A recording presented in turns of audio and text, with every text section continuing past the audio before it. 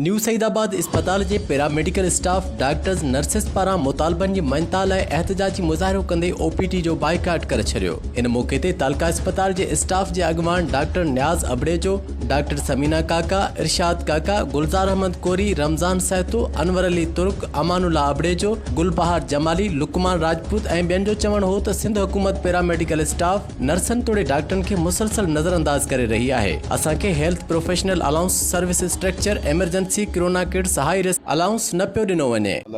सॼी सिंध जे डॉक्टरनि सां यकजहत जे तौर ते असां हिते कई आहे ऐं गो के ॾाढी ॾुखियाई आहे इन मामले में, छो जो ग़रीब मरीज़ वीचारो रुले थो इन हड़तालुनि करण जे करे। पर गवर्नमेंट इन मामले में असां जॾहिं 3 ॾींहं टोकन हड़ताल कई त असांखे को बि रिस्पॉन्स न ॾिनो वियो।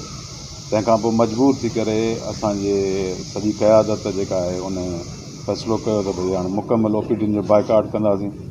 उन करे असां मजबूर आहियूं ऐं असां इन करे ओपीडी जो मुकमल बाइकाट कयो वेठा आहियूं। तरफ़ां डॉक्टर्स जे तरफ़ां तमामु पैरामेडिकल जे तरफ़ां असां जनाब CM सिंध ऐं हेल्थ मिनिस्टर मैडम अज़रा पेशो साहब जिन खे सभिनी खे मौजबाना गुज़ारिश था करियूं त बराए महिरबानी करे तव्हां पूरी पैरामेडिकल डॉक्टर स्टाफ खे सल्यूट करियो था, तव्हां उन्हनि खे फ्रंट लाइन ते सम्झो था, पर उन जे बावजूद बि उन्हनि जे जाइज़ राइट मुतालबनि खे तस्लीम न पिया करियो। बराए महिरबानी करे असांजे पूरे पैरामेडिकल स्टाफ जेकी पूरा पैरामेडिकल स्टाफ आहे, डॉक्टर आहे, उन जा जायज़ मुतालबा मञा वञनि। उन्हनि सिंध जे वॾे वज़ीर मुराद अली शाह, सूबाई वज़ीर सिहत अज़रा पेचूहो खां मुतालबो कयो त असांजा जायज़ मुतालबा फौरी तौर हल कया वञनि, ॿी सूरत में एहतजाज जो दायरो वधायो वेंदो।